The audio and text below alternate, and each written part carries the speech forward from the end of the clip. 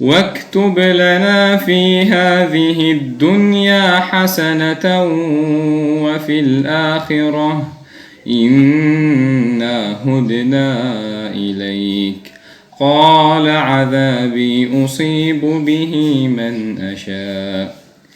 واكتب لنا في هذه الدنيا حسنة وفي الآخرة إنا هدنا إليك.